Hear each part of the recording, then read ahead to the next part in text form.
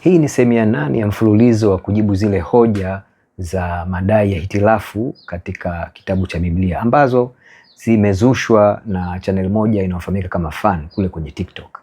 Na mtengenezaji wa video zile yeye anadai kwamba kama Biblia ni kitabu cha Mungu, kwa nini kuna hitilafu nyingi? Naam, leo tuko katika sehemu yetu ya 8 ambayo inajibu sehemu yake ya 8 katika mlolongo wake. Tumeshajibu sehemu ya kwanza mpaka ya 7 na tutaendelea kuzijibu pia. Lakini kwa ndugu yangu Mkristo ambaye unajiuliza kwa nini Waislamu wanajaribu kutafuta hitilafu katika Biblia, ni kwa sababu moja kubwa ya msingi sana. Qurani inajidai kwamba ndani mwake hakuna hitilafu nyingi.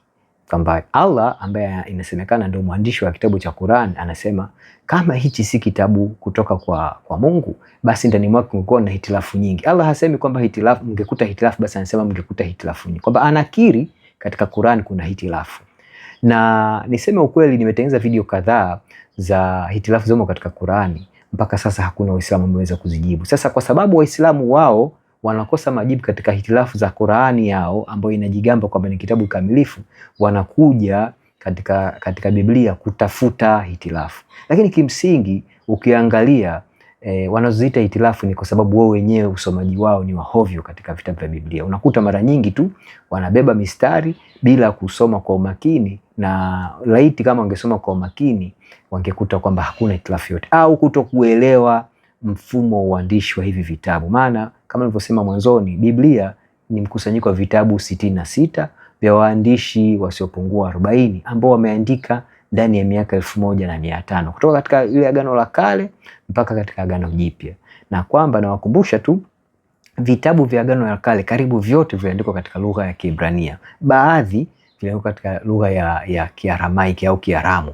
Wakati katika vitabu vilivyomo katika Agano Jipya vyote lugha yake ya asili ilikuwa katika Kigiriki. Kwa hiyo tunasoma sisi katika Kiswahili kama anavyosoma huyu ndugu yetu Fan katika channel yake, anasoma katika Kiswahili. Kwa hiyo tutakwenda naye katika Kiswahili hicho, lakini tutakwenda ndani zaidi kujibu hizi hitilafu. Na safari hii katika video yake ya 8 anatoa mifano mitatu. Mfano wa kwanza ni ule anaofananisha baina ya Injili ya Marko sura ya 16 mstari wa kwanza mpaka wa pili, akiuanisha na Yohana sura ya 20 mstari wa kwanza. Na ndani mwake anauliza, je, hawa wanawake waliokwenda kaburini, hii ni alfajiri ya ile siku ya kwanza ya juma ambako Bwana Yesu alifufuka. Anasema wakati gani walikwenda kaburi, lakini pia anauliza walikuwa wangapi? Sasa tukasome hii mistari. Tutasoma kwanza Marko sura ya 16 mstari wa kwanza na wa pili. Unasema hivi: hata Sabato ilipokwisha kupita, Mariamu Magdalena na Mariamu mama yake Yakobo na Salome walinunua manukato wapate kwenda kumpaka. Hata alfajiri mapema siku ya kwanza ya juma wakaenda kaburini jua lilipoanza kuchomoza. Na mwandishi wa Marko anasema kwamba alfajiri mapema walikwenda kaburini jua lilipoanza kuchomoza. Mwandishi wa Marko anasema alfajiri mapema jua lilipoanza kuchomoza. Tukienda katika Yohana hii sura ya 20 mstari wa kwanza, Yohana anasema hata siku ya kwanza ya juma Mariamu Magdalena alikwenda kaburini alfajiri kungali giza bado, akaliona lile jiwe lililoondolewa kaburini. Sasa msingi wa maswali ya Fan ni mawili. Kwanza kwamba je, walikwenda muda gani? Jua kabla ya kuchomoza au baada ya kuchomoza? Lakini waandishi wote wawili wanaandika kwamba walikwenda ilikuwa ni alfajiri. Hilo ni la kwanza. Jingine ambalo anauliza huyu ni walikuwa wanawake wangapi, kwa sababu Marko yeye anawataja wanawake kadhaa. Anamtaja Maria Magdalena, anamtaja Mariamu mama yake Yakobo, na anamtaja Salome. Lakini huku kwa Yohana kwenye sura ya 20 anamtaja Mariamu Magdalena. Kimsingi kama nilivyokuwa katika chambuzi zangu kadhaa za huko nyuma kwenye hizi anazoita hitilafu, laiti Fan angesoma tu angepata majibu kwa urahisi sana. Kwa mfano, kulijibu hili swali walikuwa wanawake wangapi, ukisoma katika Injili hiyo ya Yohana sura ya 20 ukaenda katika ule mstari wa pili unapata jibu. Kwa mfano hapa mwinjili anaandika katika ili mstari wa pili, basi akaenda mbio akafika kwa Simoni Petro na kwa yule mwanafunzi mwingine ambaye Yesu alimpenda, akawaambia wamemuondoa Bwana kaburini, wala hatujui walikomweka. Anasema hatujui, manake Maria Magdalena kwa mujibu wa maandishi ya Yohana, japo anamzungumzia Mariamu Magdalena, lakini maana yake huyu Maria Magdalena alikuwa na wenzie, ndio maana anasema hatujui walikomweka. Japo Fan katika video yake anadai kwamba Yohana anasema alikuwa mmoja. Si kweli. Yohana anamtaja mwanamke mmoja tu kwa jina. Maana anavyotengeneza katika kuandika hichi kisa, ana focus katika Maria Magdalena bila ya kuwataja wale wengine. Lakini anapofika mstari wa pili, unaona kabisa huyu Maria Magdalena anapokwenda kwa Petro na yule mwanafunzi mwingine walikuwa kikundi, na ndio maana Maria Magdalena anawaambia hatujui, maana anazungumzia kitenzi cha wingi, hatujui walikomweka. Kwa hiyo ndugu yangu Fan, laiti ungelisoma tu mstari uliopita, jibu lako la swali lako la pili ungelipata vizuri kabisa. Sasa turudi katika ile swali la kwanza anayouliza, je, walikwenda wakati gani kaburini? Ilikuwa alfajiri kabla jua kuchomoza au alfajiri baada ya jua anza kuchomoza? Sasa kimsingi hii ni kutokuelewa ni mfumo au ni tunaita style ya uandishi. Ukiangalia Yohana Mbatizaji, mwinjili Yohana, yeye anamzungumzia Maria Magdalena, jinsi anavyoandika hichi kisa, anamzungumzia Maria Magdalena tangu wanapoanza kutoka.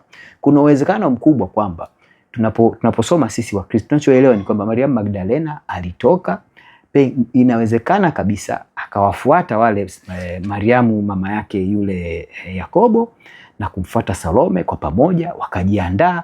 Ndipo maana alipokuwa anatoka nyumbani kwake huko Maria Magdalena, maana yake bado ilikuwa ni giza. Ukumbuke kipindi cha alfajiri ni muda mfupi sana baina pale kunapokuwa giza na mpaka jua linapoanza kuchomoza. Kwa hiyo yeye mwinjili Yohana anaandika akizungumzia anapotoka huyu Maria Magdalena kwenda kuanza safari ya kuelekea kaburini, na huku njiani ndipo anawapitia huyu Mariamu mama yake Yakobo pamoja na Salome.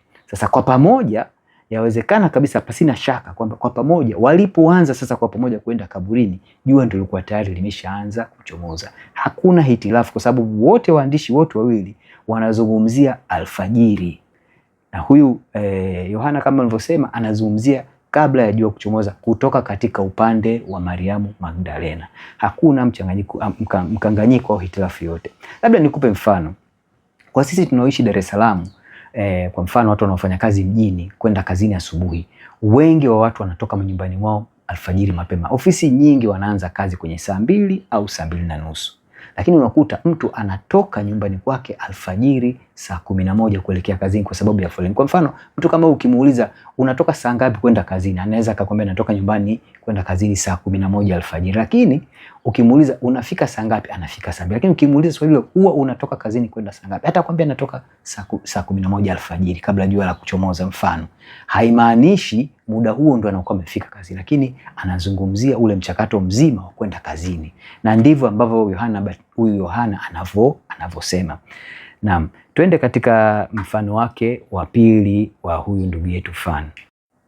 Katika mfano wa pili, Fan yeye anatoa katika sehemu kadhaa za Injili. Anatoa katika Injili ya Luka sura 24 mstari wa 9 na Injili ya Marko sura ya 16 mstari wa 8. Tukausome. Tunasoma kwanza katika Luka sura 24 mstari wa 9. Inasema hivi: wakaondoka kaburini, wakarudi, wakawaarifu wale 11 na wengine wote habari za mambo hayo yote. Hii ni kwa mujibu wa Luka sura ya 24 mstari wa 9. Twende katika Injili ya Marko.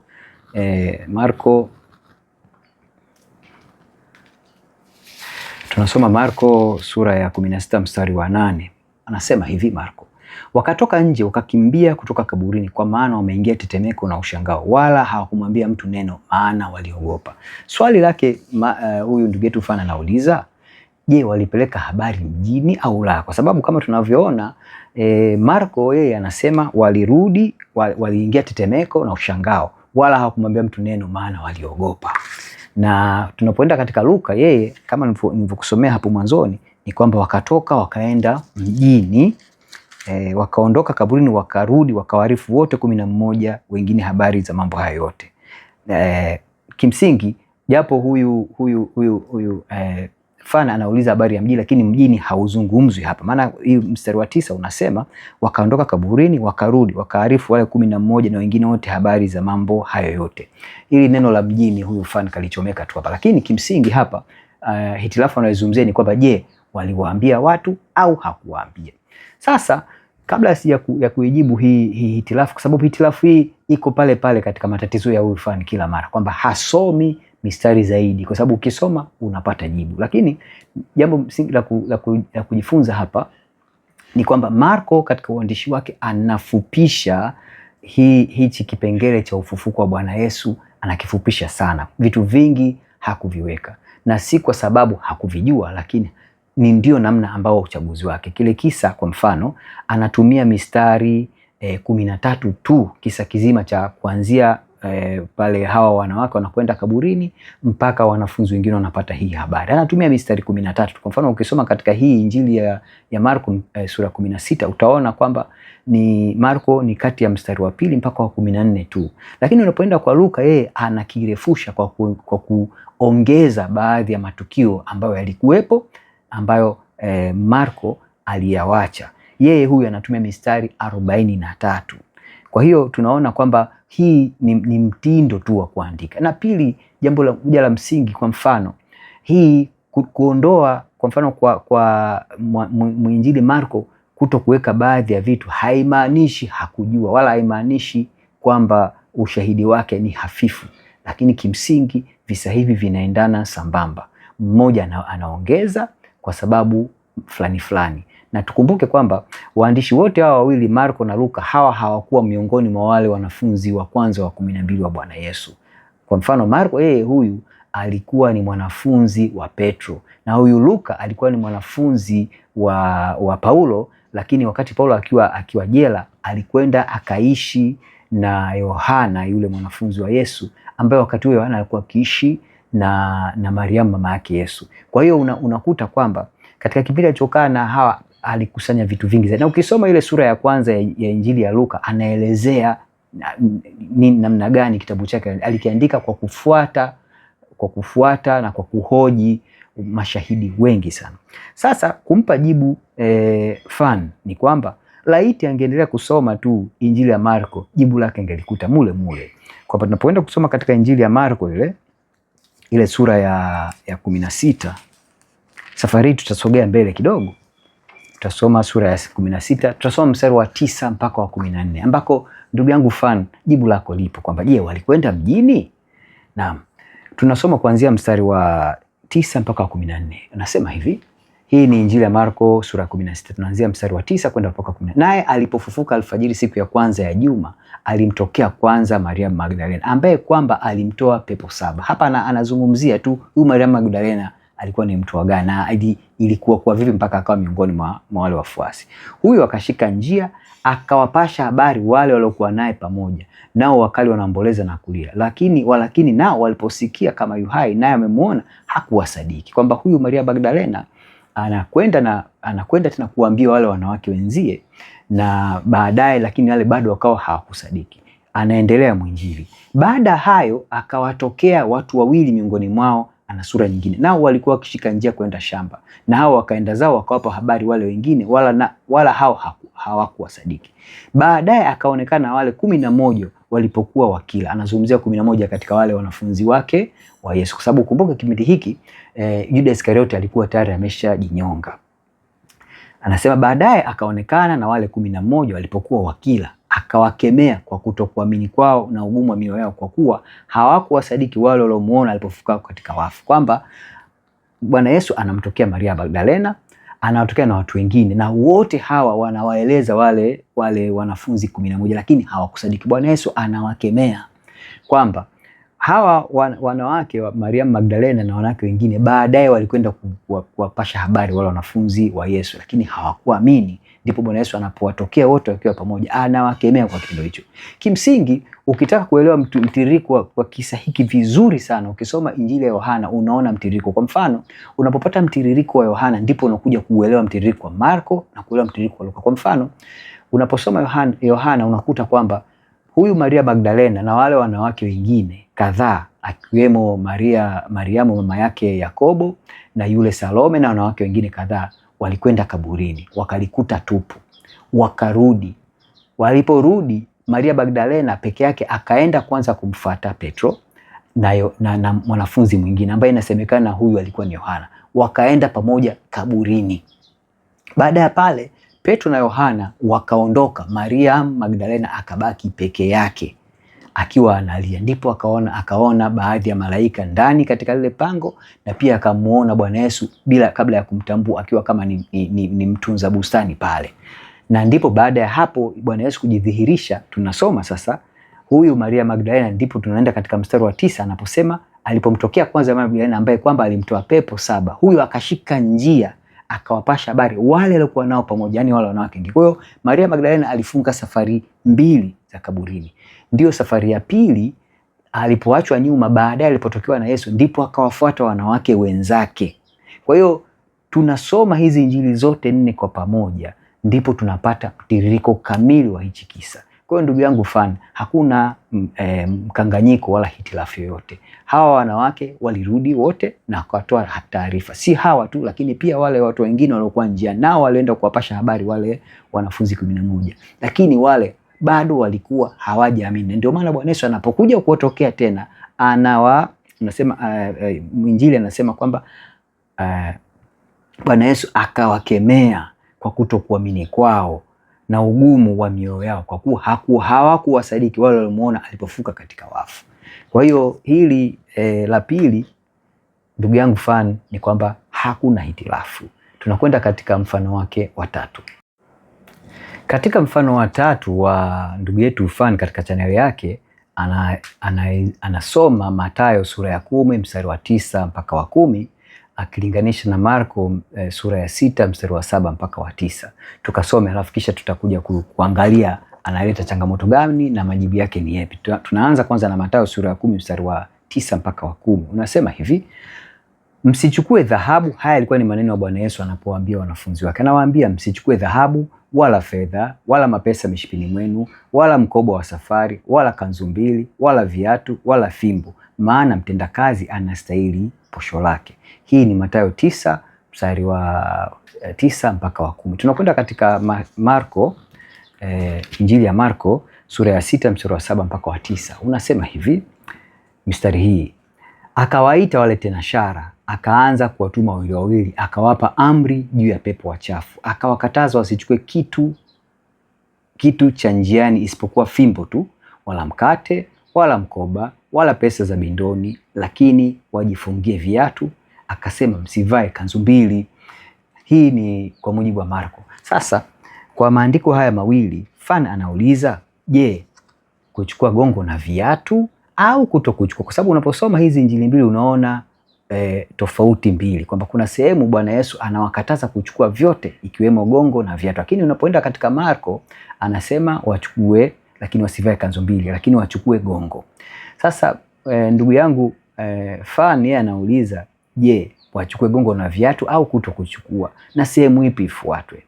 Kama nilivyowaambia katika baadhi ya video zangu na hata humo nimezungumza kwamba injili hizi na vitabu vyote vya Agano Jipya viliandikwa katika lugha ya Kigiriki. Na hili ni la msingi sana katika kurudi katika kuona kama kuna hitilafu ama na. Kwa mfano,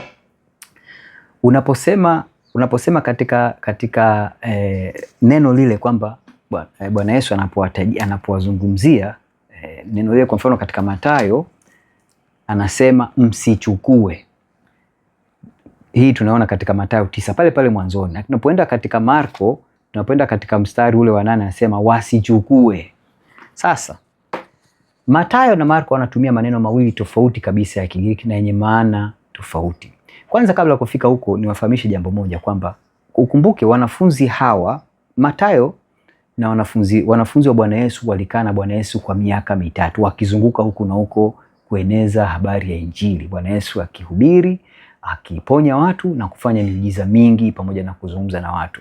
Katika miaka hii 3 inasadikika pasina shaka kwamba baadhi ya haya mambo alikuwa akirudia kwa sababu alikuwa akitembea sehemu mbalimbali ndani ya taifa hili la Israeli. Na una uwezekano mkubwa hata maneno haya aliyarudia, lakini tutapata kitu kimoja cha msingi sana katika maneno ambayo Mathayo anatumia kuhusu msichukue au wasichukue. Mathayo yeye anatumia neno la Kigiriki pale ambalo ni tesetse, ambao maana yake halisi ni kununua au kujipatia au kupata vitu. Kwamba kusudio lake Bwana Yesu anapozungumza nao. Mathayo anazungumza mazungumzo ambayo Bwana Yesu alikuwa akizungumza na wanafunzi wake, ambako akiwakataza kujipatia mali, kwamba katika ile kazi ya uinjilishaji wao wasiwe na nia kwenda kujipatia vitu kama hivi. Kwa maisha ya sasa hivi vitu vinawezekana ni vidogo sana, lakini kwa wakati wa karne ya kwanza hivi vilikuwa ni vitu vya msingi: mikoba, fimbo, dhahabu, fedha, kwamba wasijipatie au neno tesetse ilikuwa ni aidha likimaanisha kununua au kujipatia au kupata, kwamba lisiwe kusudio lao katika kueneza Injili kupata mali. Na hivyo hili ndio somo ambalo Bwana Yesu alizungumza nao, ambako ndipo Mathayo anazungumza kuhusu hilo ambalo waliambiwa na Bwana Yesu. Marko katika neno msichukue anatumia neno airosin. Airosin ni kuchukua au kubeba. Na nia hapa Bwana Yesu, fundisho analolipeleka kwa wanafunzi wake ni tofauti na fundisho ambalo analitoa kule katika Mathayo. Kwa maana kuna uwezekano mkubwa haya mambo alifundisha katika nyakati mbili tofauti na kwa kusudio tofauti. Yeye Bwana Yesu katika Marko anawazuia kuchukua au kubeba, kwamba nia yake ni kwamba mnapokwenda katika kazi ya kueneza Injili, msio watu ambao mnabebana na mavitu mengi, muwe mnategemea wale watu walioko watakwenda kuwa wakikaa na nyinyi. Kwa hiyo haya ni masomo mawili tofauti, japo neno katika Kiswahili linatumika msichukue au wasichukue, lakini yalikuwa ni maneno mawili tofauti yenye maana tofauti kabisa ya Kigiriki. Sasa kwa nini katika Kiswahili yametafsiriwa hivyo? Niwakumbushe tu, tafsiri nyingi za Kiswahili zimetolewa katika toleo la Biblia za Kiingereza, zile za King James Version, ambao nafikiri Biblia hii iliandaliwa kwenye karne ya 17 huko. Naweza nikakosea, lakini kwa haraka haraka ni hivyo. Kwa hiyo haya maneno tunapokuja kutafuta hitilafu, tunapoenda kusoma katika hizi lugha rasmi za waandishi hawa, tunakuta maneno pale ni mawili tofauti yenye maana tofauti. Kwa hiyo ujumbe wa Yesu unakuwa ni jumbe mbili tofauti na kwa kusudio tofauti kabisa. Kwa hiyo ndugu yangu fan, nikwambie tu hakuna hitilafu. Nawe Mkristo unaangalia video hii, jitie moyo kwa imani kwamba Biblia ni kitabu cha Mungu, hakina hitilafu. Ndugu yangu fan, ni maombi yangu kwamba sasa ni wakati umefika uanze kujitafakari hizo unazoziita hitilafu. Umebebeshwa, na ninaamini pasi na shaka kwamba umebebeshwa, kwa sababu nyingi kama nilivyokueleza, ukisoma tu mistari miwili mitatu mbele yake au nyuma yake, au ukaisoma mfano ukasoma sura nzima au ukavisoma vitabu, utaona kabisa hizi unazoita hitilafu zinaondoka zenyewe, ni ufahamu wako. Au ukasema ukaenda kutafuta kwa mfano tunaziita Greek lexicon hizi, manake ukasoma Biblia ambazo zina lugha zote mbili, utaona lugha halisi iliyotumika na hawa waandishi, maneno yaliyotumika ni yapi, kama nilivyokueleza katika mfano wa 3. Kwa hiyo ni imani yangu kwamba ndugu yangu fan, majibu umeyapata. Maana katika video vyako unasema kwamba unasubiri majibu. Hili ndio jibu ndugu yangu. Hakuna hitilafu katika mifano yote mitatu hii ya video yako ya 8. Mungu akubariki sana ndugu yangu fan. Nami pia nitakuombea ili siku moja nawe moyo wako upate kuguswa, uweze kuamini Injili hii, ili nawe siku moja uweze kupata huu wokovu ambao wengi wetu tunamshukuru Mungu ametupatia. Na wokovu ambao uko wazi kwa kila mwanadamu. Na ndugu zetu Waislamu nao ni wakati sasa wa kuamini na kukiri kwamba Yesu ni Bwana Mwokozi wa maisha yetu, alikufa msalabani akafuka siku ya 3, na kwamba hakuna njia nyingine ya kumfikia Mungu wa kweli isipokuwa tu kwa kumwamini na kumkiri Bwana wetu Yesu Kristo. Asante sana, Mungu awabariki nyote.